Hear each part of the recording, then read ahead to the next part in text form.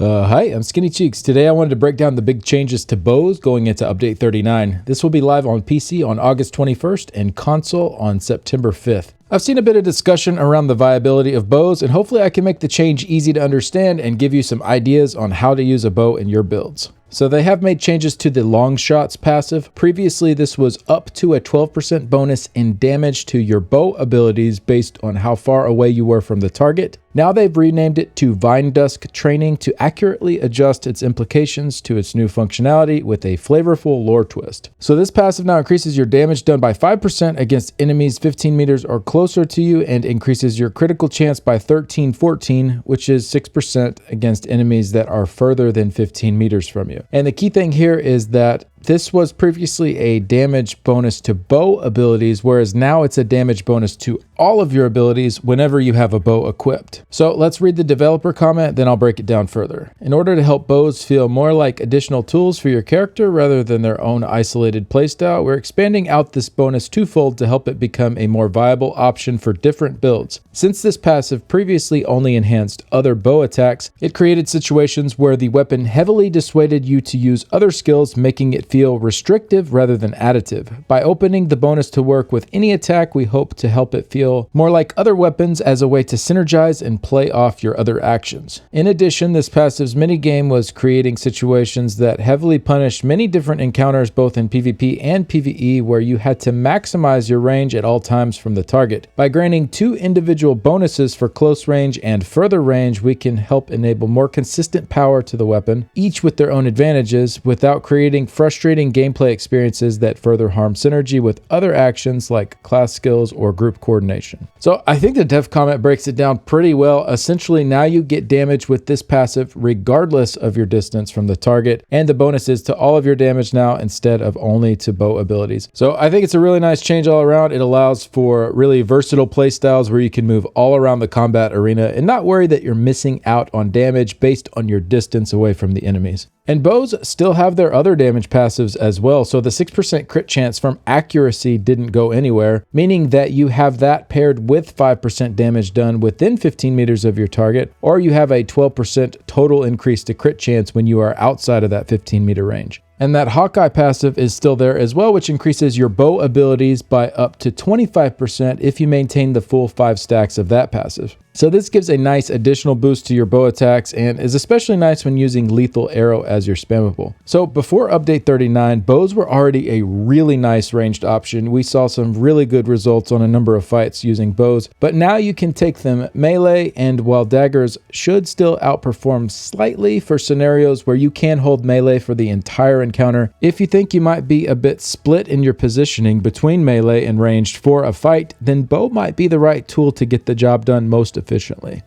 All right, for the next part of this video, we'll just look at a few combat metrics reports on the trial dummy to get an idea of how bows are performing, and another huge thanks to Kortekk for allowing me to share these and go over these with you guys. And just as a reminder, these are just to give you ideas. This doesn't mean you should just copy paste these setups and run them everywhere. These worked really well on the trial dummy, which means that they should also work very well on stationary boss encounters with highly optimized group setups. However, you always want to adjust the builds as needed for your situation, as different scenarios call for different loadouts if you really want to min-max for that encounter. All right, let's talk about the Sorcerer first. Really nice results here at just under 133k. And by the way, these are all Dark Elf for the race. I see some questions about that sometimes. You can always look in the top left corner of the report, and it will have the symbol for the race that was used. So pretty similar setup here to what we saw in the last video with the Maelstrom two-hander, but just a few differences. For our skills, we're running Lethal Arrow as the main spammable from the bow line, and then Crystal Fragments to fire off whenever the special proc from it activates. And then on the back bar, we have Endless Hail and Poison Injection instead of Stampede and Carve. If you wanted to do this with the Magicka Sorcerer instead of Stamina, you could definitely do that. You probably can't sustain Lethal Arrow as your main spammable, so you'd swap that to just spamming Crystal Fragments. And then for a couple of possible options for that last ability on the front bar, you could go with Bound Armaments, or you could use your Execute, Mage's Wrath. For the gear, again, mostly the same as you guys are probably used to seeing, except we have the Master's Bow on the back bar instead of the Maelstrom Staff or the Maelstrom two-hander, and then a Pillar of Nirn bow on the front bar. The Master's Bow is really nice for single target damage as it adds that weapon and spell damage to any target with your poison injection on them. And the Maelstrom Bow is okay if you're looking for a little more AoE at the cost of a little single target damage. However, I usually recommend just going with the Maelstrom Staff if AoE is your focus.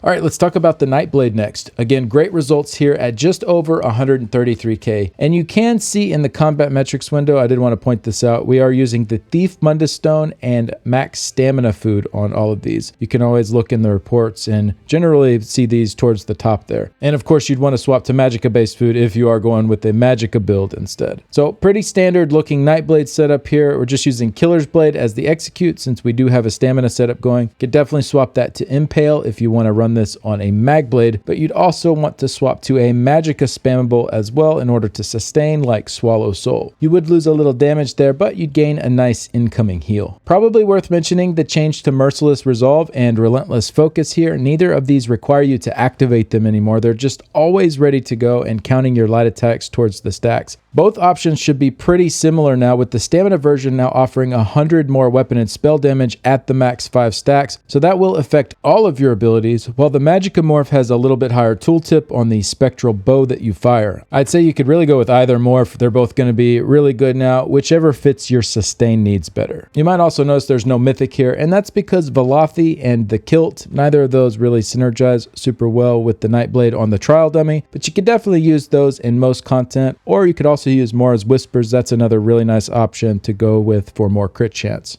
All right, moving on, we have the Templar at just over 134k DPS. Really nice ranged option here. Templars were already really strong with the bow as ranged damage dealers in update 38, and now they just got even better. So again, pretty similar to the standard build layouts like you'd see on my site at skinnycheeks.gg, but we do have Blazing Spear on the front bar so that we still have the Templar's 10% crit damage passive since we aren't using jabs as our spammable. For the back bar, Degeneration is there for the weapon and spell damage buff, so if you do have that buff going already, you could definitely drop that for another skill like Solar Barrage, or if you need something else like a heal or some utility skill, that could definitely go there. You could also double bar Camo Hunter here, and you wouldn't really need Vampire's Bane for the crit if you wanted to just go with a little bit easier setup with less skills to keep up. It would be slightly less damage, but still really solid and easier to maintain. And he is using Velothi here as well. It's pretty nice now on the Templar since, similar to the Arcanist, they are already light attacking less than once per second due to their beam channel time. And now that Velothi and other sets with the damage done to monsters affix were changed to buff procs, this works really nicely with this setup. So I hope these have given you some good ideas. Kortekk also did some other classes as well. He's been regularly posting stuff in my Discord server, so make sure to join up there if you want to stay up to date on conversations around ESO. There are discussions going on pretty much every day there around the upcoming changes, and it's a great place to get build advice if you need it. I have that Discord server linked in the description below.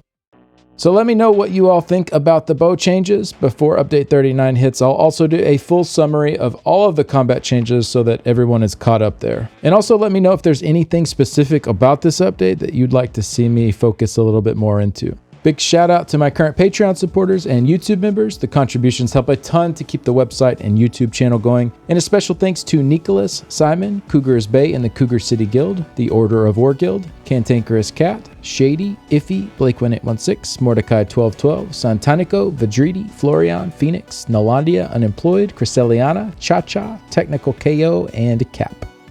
Thanks again and see you later. Bye.